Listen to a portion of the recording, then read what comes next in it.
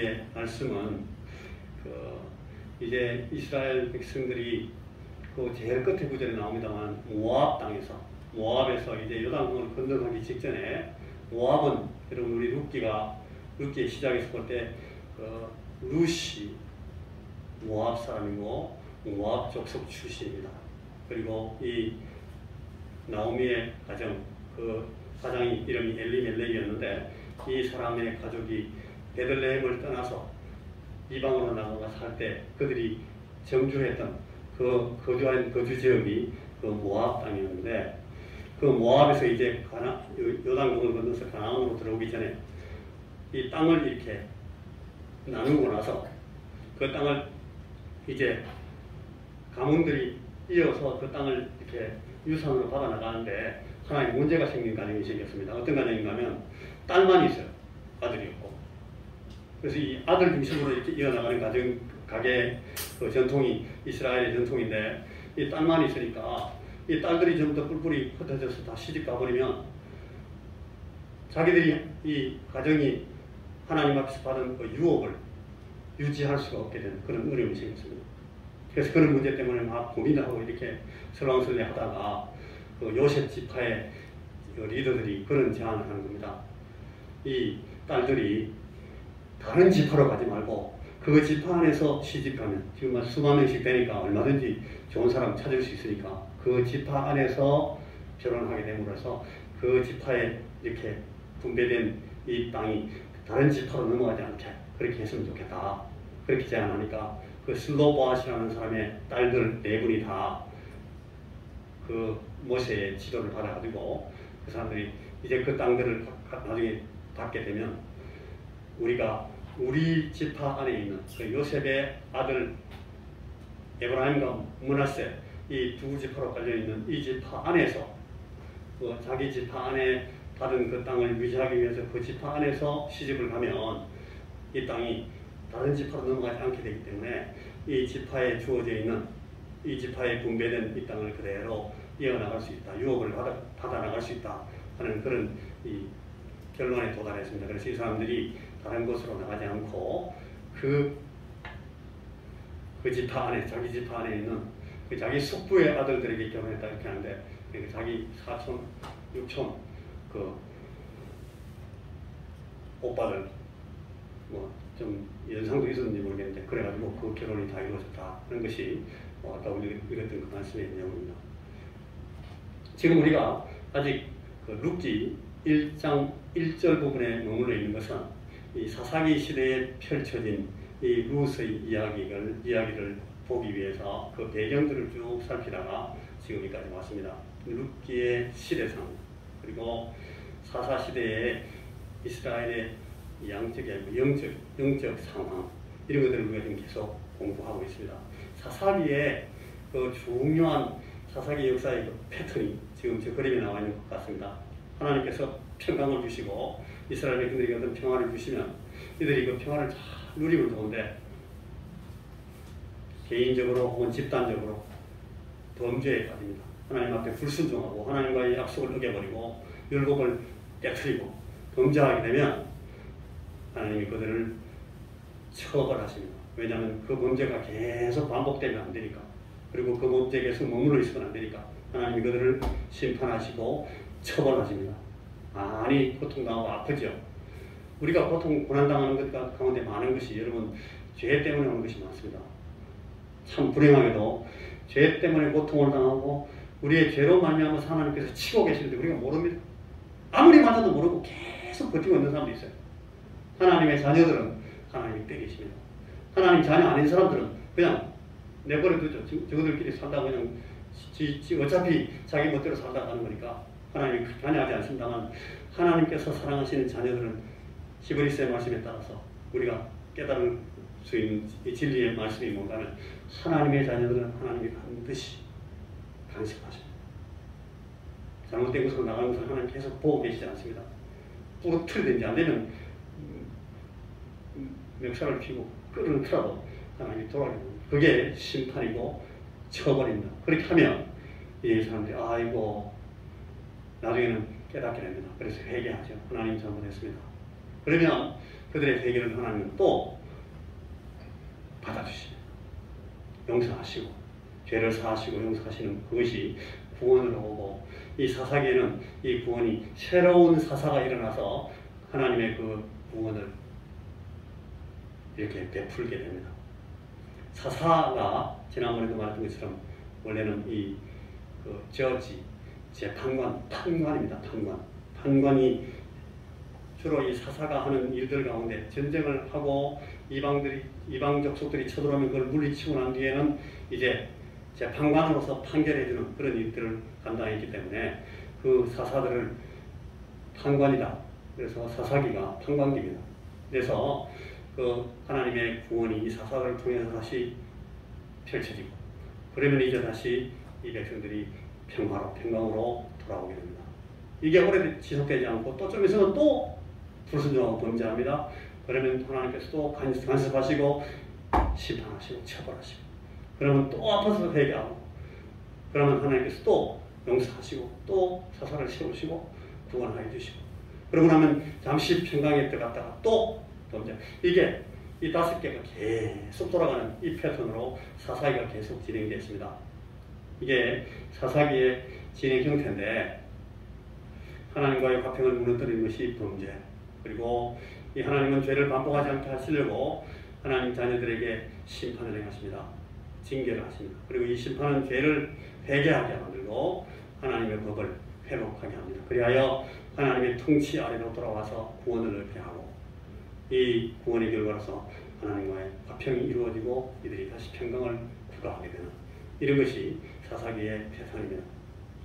룻기 1장 1절에 우리가 늘 처음에 자주 읽었던 그 말씀처럼, 지금 우리가 룻기 1장 1절에 지금 걸려 있는데, 룻기 1장 1절 말씀이 이렇지 않습니까? 같이 보면 사사들이 치리하던 때에, 이제 사사기 때에 말이죠, 그 땅에 흉년이 드니라.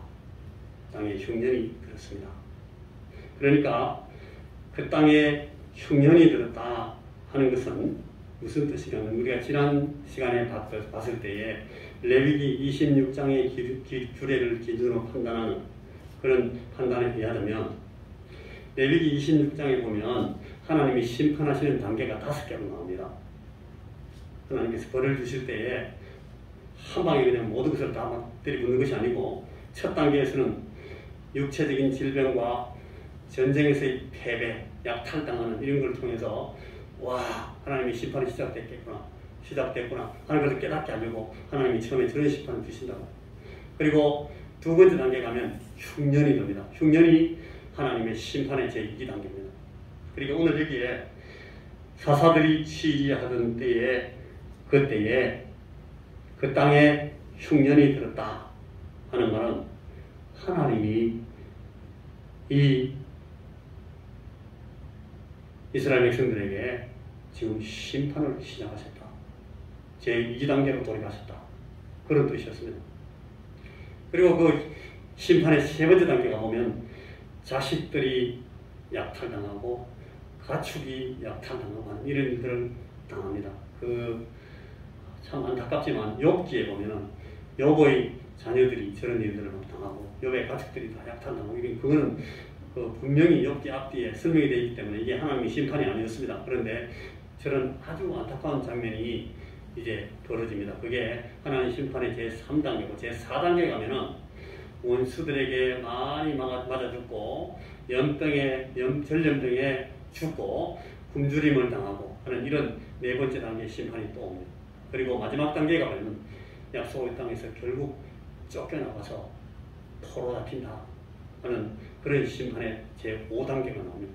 이게 나중에 이스라엘 백성들에게 북이스라엘과 남유다 이 두 왕국 시대에 이 나라가 자기 땅을 다 뺏기고 쫓겨나서 포로 잡혀갑니다. 70년 만에 그들이 돌아옵니다만 결국은 이스라엘 사람들이 완전히 회복하지 못하고 그 이후에 수천 년을 디아스포라가 돼가지고 온 세상을 떠돌아다니는 그런 심판을 당했습니다. 그런데도 아직도 모릅니다. 아직도 자기들이 심판당하고 있다는 사실을 깨닫지 못하고 있는 그런 주이시 유대인들을 우리가 볼 수가 있습니다.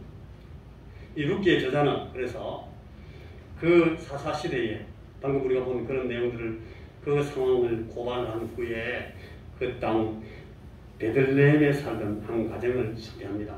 유다 베들레헴의 한 사람이 그의 아내와 두 아들들을 데리고 모압 지방에 가서 거주했다. 아주 간단하게 설명합니다만 이 간단한 설명이 우리가 지금까지 봤던 그런 배경을 가지고 이해를 보면 이게 간단한 얘기가 아닙니다. 유다 베들레헴의 한 사람, 이 사람 이름은 엘리멜렉인데 이 사람이 그의 아내의 이름은 나오미였어요. 나오미와 두 아들, 말론과 기련이라는 이름을 가진 두 아들을 데리고 이 베들레헴 사람인데 베들레헴을 떠나서 이 모압 땅으로 이방 가나안 그 요단강을 건너서 저 건너편에 있는 모압 벌판으로 평지인데 평야가 넓게 퍼져 있는 땅이에요. 그 땅으로 나가서 그 땅 이방 지방에 나가서 거류했다. 그게 이 룻기 1장 1절 내용입니다. 여러분 이 사람들이 베들레헴 사람이에요. 베들레헴이 어떤 곳입니까? 우리가 이 베들레헴이라는 이름은 예루살렘만큼 우리가 익숙한 이름이에요. 베들레헴이 어디입니까? 누구와 관련된 땅입니까? 예수님께서 사람의 몸을 입고 땅에 오실 때에 아기로 태어나신 그곳 이름이 베들레헴입니다. 이 베스, 레켄. 베스가 집입니다. 집. 그죠? 그리고 레켄은 떡입니다. 떡. 베들레헴은 떡집, 빵집입니다. 빵집. 근데 베들레헴 이곳이 사실은 예수님 전에 누구의 마을인가 하면, 누구의 고향인가 하면 다윗의 고향입니다. 다윗. 베들레헴은 다윗의 동네라 그렇게 되어 있어요. 다윗은 이 유대인 이스라엘 백성들이 우리가 마치 이 세종대왕을 기억하는 것처럼 우리가 장군 하면 이순신 장군 생각하는 것처럼 이 사람들은 자기들이 왕 하면 누구? 다윗이. 그만큼 이 다윗 이분이 그 민족에게 큰 역할을 했고 하나님이 그를 세우셨기 때문에 그 이스라엘 백성들의 어떤 정체성을 형성하는데 이 다윗이 큰 역할을 했던 사람이에요. 이 사람이 왕입니다. 그 왕의 고향이 베들레헴이니까 그러니까 이 엘리멜렉이 살았던 곳이 베들레헴, 다윗의 향리. 그러니까 이 엘리멜렉이라는 이름, 이 멜렉이라는 이름이 멜렉이 왕입니다. 왕, 다스리는 자, 왕. 혹은 제가 있던 아프리카 그런 데서 쓰는 용어로는 이게 만보 킹입니다. 킹. 엘리멜렉이 한 사람이 나오는데 이 엘리멜렉이 베들레헴 사람이라는 데서도 우리는 이미 그 시사를 받을 수가 있고 이름이 엘리멜렉인 거 보니까 이 사람은 왕가의 사람이에요. 거대한 가문의 자손입니다. 그 엘리멜렉의 이름의 뜻이 뭔가면 나의 하나님은 왕이시다. 사람 이름이 명찰에 이렇게 나의 하나님은 왕이시다 써가지고 학교 가가지고 나의 하나님이 왕이시다 물으면 예 이렇게 대답하는 겁니다. 이 엘리멜렉이라는 이름이 엄청난 이름 아니겠습니까? 그죠? 저도 이름이 은택, 나는 굉장히 제 이름을 어릴 때부터 좋아했습니다. 우리 아버지가 저한테 이름 주시면 저는 감사히 생각하고 저는 막 어릴 때부터 제 이름 나오는 성경구절을 다 외우고 다녔어요. 내 이름을 좋아했기 때문에. 그런데 여기 이 엘리멜렉은 자기 이름을 얼마나 좋아했겠습니까? 나의 하나님 왕이시다. 신앙 고백을 맨날 하고 다니니까 할렐루야 나의 하나님 왕이시다. 지 이름 사람들이 자기를 부를 때 나의 하나님 왕이시다 야 이렇게 부르는 거예요. 그러니까 이렇게 대답하는 것이 나는 나의 하나님을 왕으로 모시는 사람이다 라는 그런 놀라운 이름을 갖고 있던 사람이에요. 이 사람이 그런데 이 이름을 갖고 있었던 이 사람이 그때 그 사사기의 상황을 읽고 사사기에서 일어나는 자기 시대에 일어나는 일들을 이해했던 것 그리고 그 상황을 이해하고 그 상황 안에서 자기가 마음에 품었던 계획이 어떤 것이었는지 그리고 그 계획 때문에 그가 드디어 결정하고 선택하고 결행했던 일이 뭔가를 우리가 보니까 이 엘리멜렉이 성공을 못하고 있습니다. 베들레헴 그 위대한 그 아름다운 자기의 향리를 버리고 떠나서 모압 땅으로 도피하는 선택을 했습니다. 이 엘리멜렉이 나의 하나님은 왕이시다가 이게 흉년이 졌네. 와, 우리가 뭘 잘못했을까? 하나님께서 우리를 갖다가 계속 복 주시고 풍성하게 하셔야 되는데 왜 흉년을 주셨을까? 이렇게 이해를 해야 되는데 이 사람은 전혀 그런 통찰이 없어요. 야, 이거 잠깐만 우리 마누라 굶기겠네? 우리 애들은 어떻게 장가 보내지? 이런 생각을 먼저 하는 겁니다. 그리고 그러면 여기 있어서는 희망이 없네. 다 팔아치우고 우리가 나가서 쭉 돌아보니까 이 건방이 제일 그래도 농사 잘 될 수 있도록 흉년이 안 지는 곳이 하나 남아있는 것 같아. 보니까 소문 들으니까 저 모압 땅에 가면은 잘 된대. 다 똘똘 말아가지고 아까 그 슬로바데 딸들은 그렇게 고민하면서 자기 결혼도 함부로 안 하고 자기 땅을 유지하기 위해서 자기 조상들을 받았던 그 땅을 유지하기 위해서 애를 쓰고 그랬는데 이 사람, 이 엘리멜렉은 나의 하나님은 왕이시다 이 사람이 말해요. 다 팔아먹고 나가서 어떻게든지 농사 되는 데 가가 우리가 농사 잘 짓고 해가지고 크게 되면 그거 가지고 내가 이것도 하고 저것도 해야지. 다른 생각을 품었다는 거예요. 다른 생각을. 그리고 실제로 그가 드디어 이 결행을 해버렸습니다. 베들레헴을 버리고 떡집을 그 고향의 땅을 버리고 떠나서 이제 이거는 심판의 다른 단계로 넘어간 거예요. 떠나가지고 모압 땅으로 도피해버렸습니다. 이 엘리멜렉이 나의 하나님은 왕이시다가 도망가 버렸어요. 아까 우리가 읽었던 민수기 이야기는 언약 백성 집을 인도로서 그 땅에 대해서 가질 최소한의 책임감과 의무를 가르치고 있는데 이 엘리멜렉은 이 거룩한 이름을 가진 이 놀라운 이름을 가진 이 위대한 신앙의 고백을 갖고 있었던 이 사람이 이런 하나님 앞에서 자기가 받은 최소한의 책임과 의무를 그냥 내동댕이 쳐버리고 가버렸습니다. 영광스럽고 고귀한 유다 혈통의 귀인으로서 경건한 신앙 가정의 적자로 보였던 이 엘리멜렉은 알고 보니까 그저 껍데기만 보기 좋은 이스라엘이었습니다. 말 그대로 사사기의 그 주제 그대로 자기 소견에 옳은 대로 행했던 사람, 사사기 시대의 인간의 저정이었습니다. 이런만 엘리멜렉, 이런만 나의 하나님은 왕이시다. 맨날 신앙 고백만 외치고 할렐루야 소리가 되고 다니면서 하는 짓거리는 다 팔아쳐먹고 그냥 땅을 가버립니다. 자기 소견에 오는 대로 그냥 하는 사람. 여러분 오늘 우리 그리스도인들 가운데 거듭나고 새 생명을 가지고 하나님 앞에 참 믿음을 가지고 구원받은 사람들 가운데도 이렇게 사는 사람들이 많다는 거예요.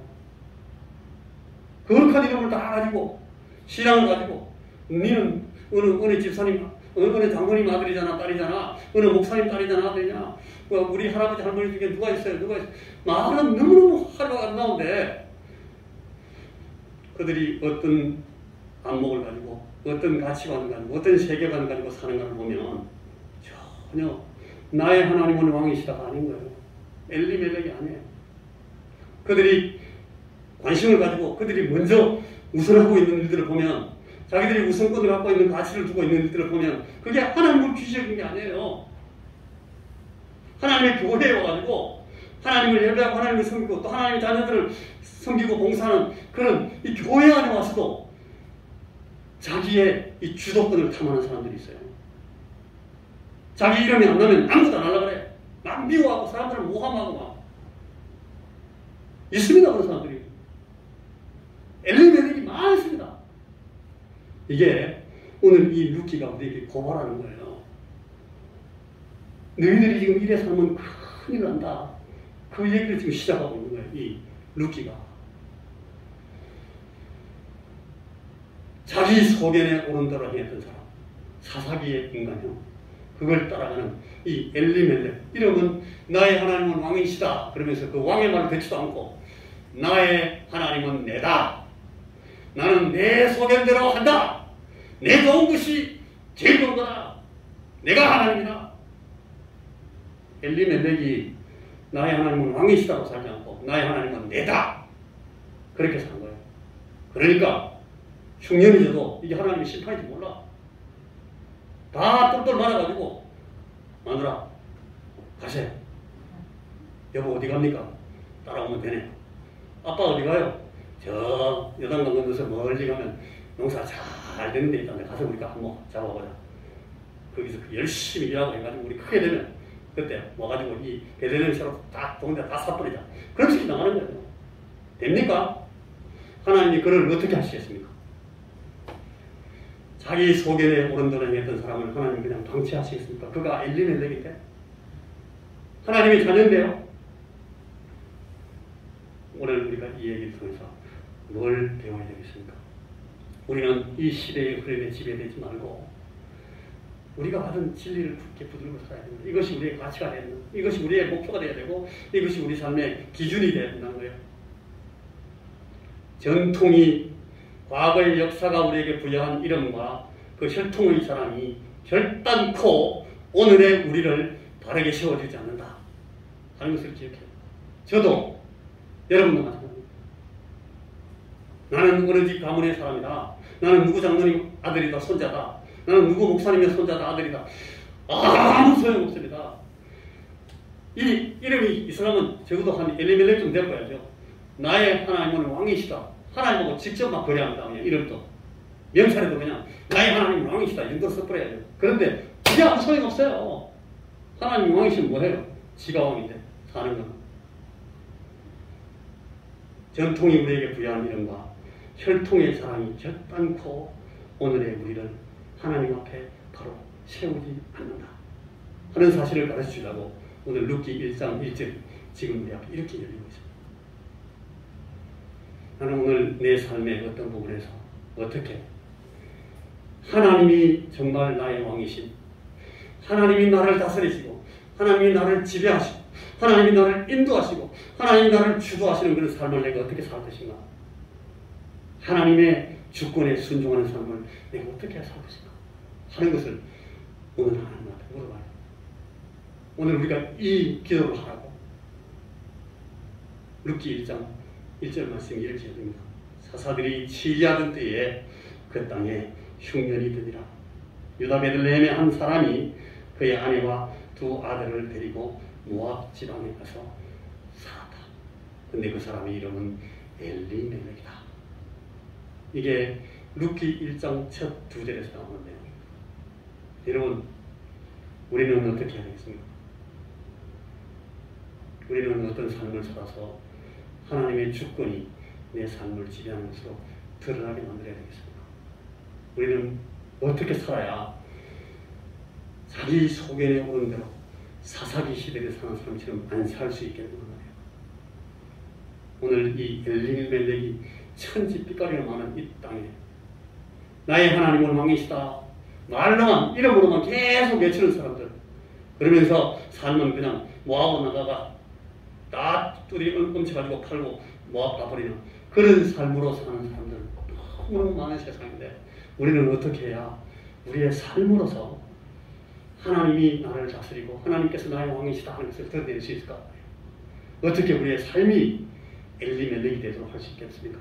오늘 이 말씀이 우리에게 오늘 이 말씀이 우리에게 들이대는 진리의 말씀입니다. 하나님, 우리는 정말 엘리멜렉과 같은 신앙 고백을 가지고 그런 삶을 사는 그런 엘리멜렉들이 될 수 있도록 우리를 불쌍히 여기시옵소서 하는 기도를 가지고 늘 용기 있게 결심하고 이것이 하나님의 뜻이구나 할 때는 과감하게 하나님 앞에 용기를 내서 순종하고 오늘 아침 우리가 받았던 그 메시지처럼 우리가 고난에 들어가고 고통에 들어간다 할지라도 그것이 항상 십자가를 지는 자기를 죽이는 일이라 할지라도 내가 그리스도의 제자니까 나는 십자가를 지고 예수님을 따라가고 예수님의 그 고난당하신 예수님의 죽으신 그 모습이 내 삶에 그대로 투영되도록 그 삶이 내 삶에서 프랙티스되고 실제화되고 현실화될 수 있도록 우리가 그런 삶을 사는 자들이 되어야 오늘 하나님께서 우리에게 이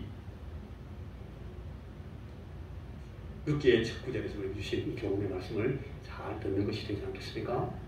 오늘 우리가 실패하고 이 엘리멜렉 같이 자기 가정들을 다 데리고 모압으로 나갔을 때 하나님이 어서 돌아오라고, 어서 돌아오라고 그렇게 부르실 겁니다. 우리가 그런 음성을 들을 때 주여 죄송합니다. 잘못했습니다. 제가 속히 주님께 돌아오겠습니다.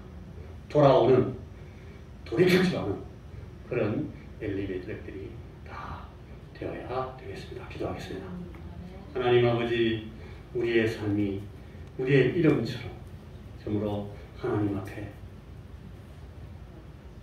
하나님이 나를 다스리시는 나의 왕이시며 하나님이 참으로 나의 주권자가 되신 사실을 우리의 삶을 가지고 늘 내 자신에게 고백하게 하고 내 주위의 모든 사람들에게 드러내어서 하나님이 왕이 되심을 보여줄 수 있는, 그래서 우리가 이 사사기의 시대를 극복하면서 사는 그런 사람들이 다 될 수 있도록 우리 사랑하는 이 원성교회에 서는 모든 식구들에게 우리의 삶에 주께서 관여하시고 주의 성령이 우리를 붙들어 주옵소서. 예수님 이름으로 기도하옵나이다.